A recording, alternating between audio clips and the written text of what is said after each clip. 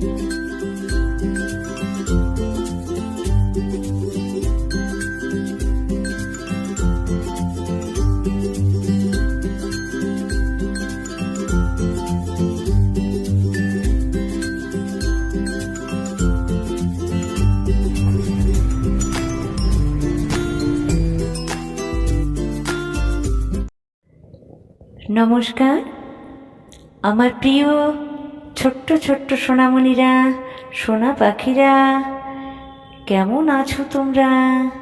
ভালো আছো তো?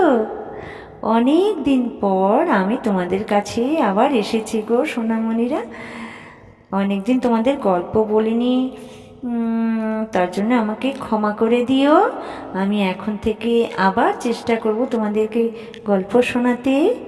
তো আজকে শোনো, স্টোরি টাইম উইথ মামনি এই চ্যানেলে তোমাদেরকে স্বাগত জানাচ্ছি। তোমরা চলে এসো।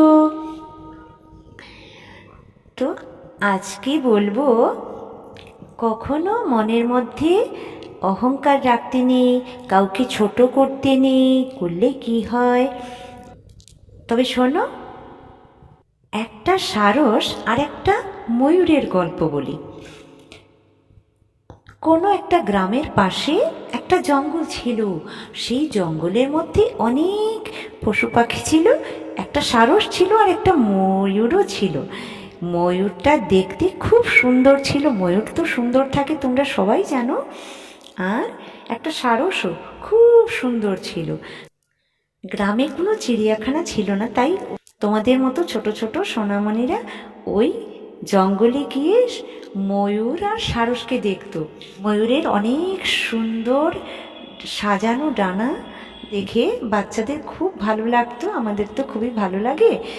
আর ময়ূর এটা বুঝেছিল যে তাকে সবাই খুব ভালোবাসে, এর জন্য তার অহংকার হয়ে গেছিল, আমি কত সুন্দর, আমাকে সবাই খুব ভালোবাসে আমার এই সুন্দর চেহারার জন্য। আর যখন বাচ্চারা তাকে দেখতে আসতো তখন সে কী করতো জানো?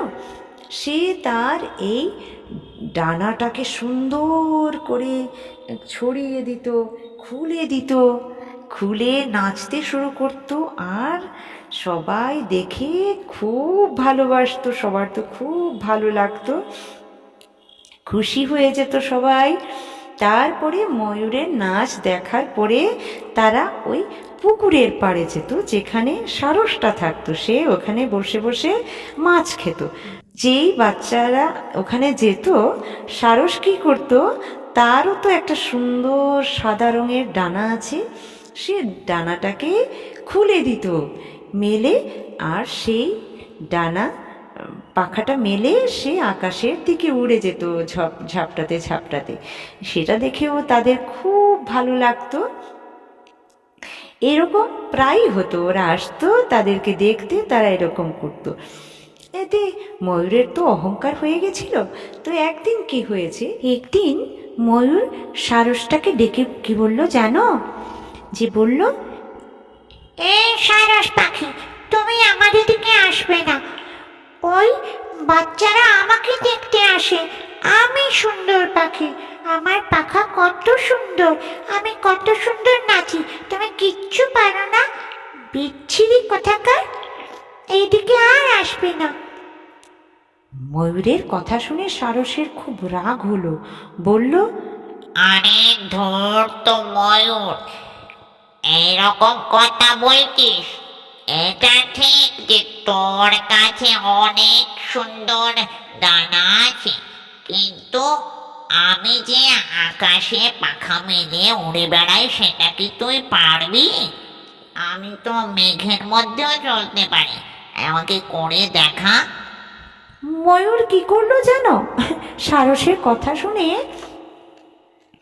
ময়ূরের এত অহংকার ছিল, সে ভাবলো কি সেইখানেই একটু নেচে দেখিয়ে দেবে।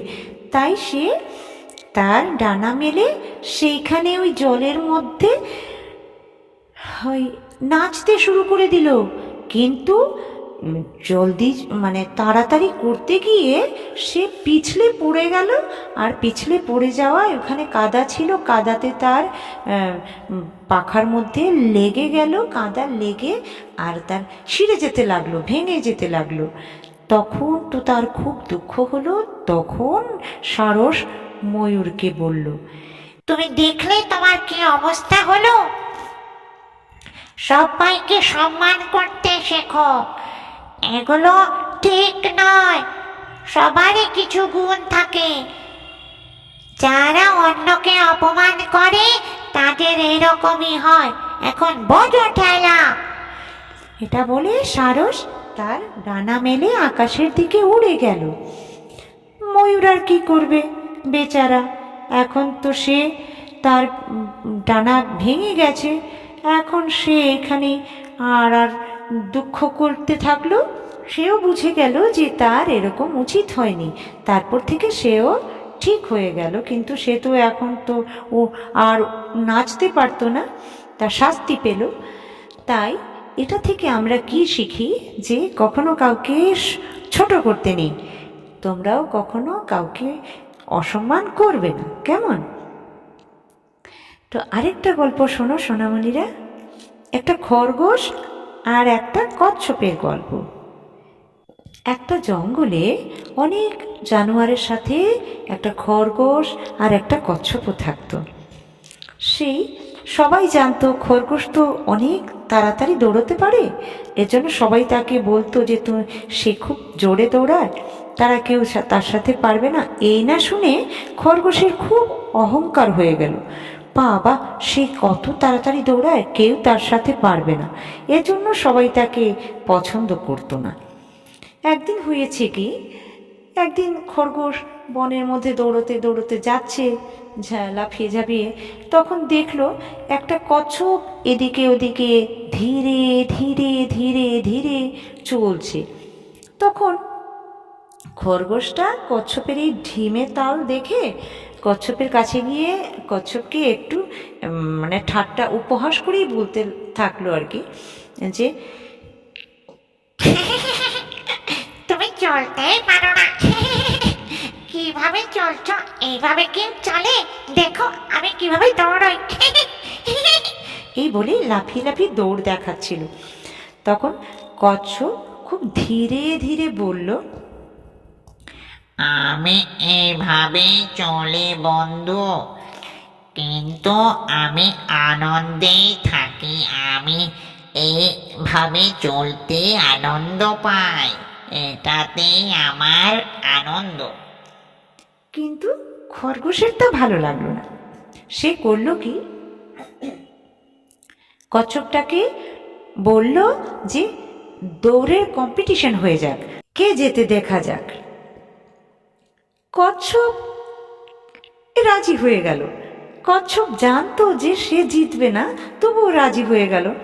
খরগোশ কত জোরে দৌড়ায় আর কচ্ছপ তো ধীরে ধীরে দৌড়ায়, সে কি পারবে? তবুও কচ্ছপ রাজি হয়ে গেল। তো হলো কি, খরগোশ করলো, হুইসেল বাজালো, মানে 1 2 3 শুরু বলেই খুব জোরে দৌড়াতে লাগলো। কিছু দূর, একটু দূরেই তো থেমে গেল। সে তো জানে কচ্ছপ পারবে না। তো কচ্ছপ ধীরে ধীরে ধীরে ধীরে এক পা করে এগোচ্ছে। আর খরগোশের খুব হাসি পেল। সে এদিকে ওদিকে একটু পেছনে তাকিয়ে দেখলো, ওটা নেই। সে ভাবলো এটা অনেক দূরে আছে, আসতেই পারবে না, আমি বরং গাছের নিচে একটু বিশ্রাম করে নিই। তারপর বিশ্রাম করতে গাছের তলায় শুয়েছে, আর তার ঘুম পেয়ে গেছে। সে ঘুমিয়ে পড়েছে। ঘুমিয়ে পড়ার অনেকটা দেরি হয়ে গেছে। তারপরে যখন তার ঘুম ভাঙলো, তখন তাকিয়ে দেখে কোথায় দিনের বেলা নেই, তো এখন তো বিকেল পার হয়ে গেছে। আরে বাবা, আমার তো দৌড়ের প্রতিযোগিতা জেতার কথা, তাহলে আমি কি করলাম? সেটা তার মনে হলো। সে দৌড়তে দৌড়তে দৌড়তে দৌড়তে চলে এলো যেই জায়গায় আসার কথা, এসে দেখে কচ্ছপটা সেই জায়গায় এসে পৌঁছে গেছে। খরগোশের তো খুব রাগ হলো, তখন চিৎকার করে বলতে লাগলো, তুমি এখানে কি করে এসেছো? তুমি তো আমার অনেক পেছনে ছিলে, কি করে আসতে পেরেছো? তখন কচ্ছপ একটু হেসে বলল, আমি তো ধীরে ধীরে এসেছি, কিন্তু আমি তো থামিনি ভাই। তুমি তো একটু দৌড়ে তারপর থেমে গিয়ে শুয়ে পড়েছিলে, আর আমি হাঁটতে হাঁটতে হাঁটতে হাঁটতে পৌঁছে গেছি। তাহলে কে জিতলো? খরগোশ তো কি বলবে, সত্যি তো সে তো ঘুমিয়ে পড়েছিল, সে যে তার অহংকার ছিল সে জিতে যাবে, তো হেরে গেল। তারপরে লজ্জায় মাথা নিচু করে চলে গেল। এটা থেকে কি শিখলাম? এটা থেকে শিখলাম যে কখনো অহংকার করবে না, আর কোনো কাজ শুরু করলে তা মাঝখানে থামিয়ে দেবে না। কচ্ছপ থামেনি, তাই সে জিতে গেছে।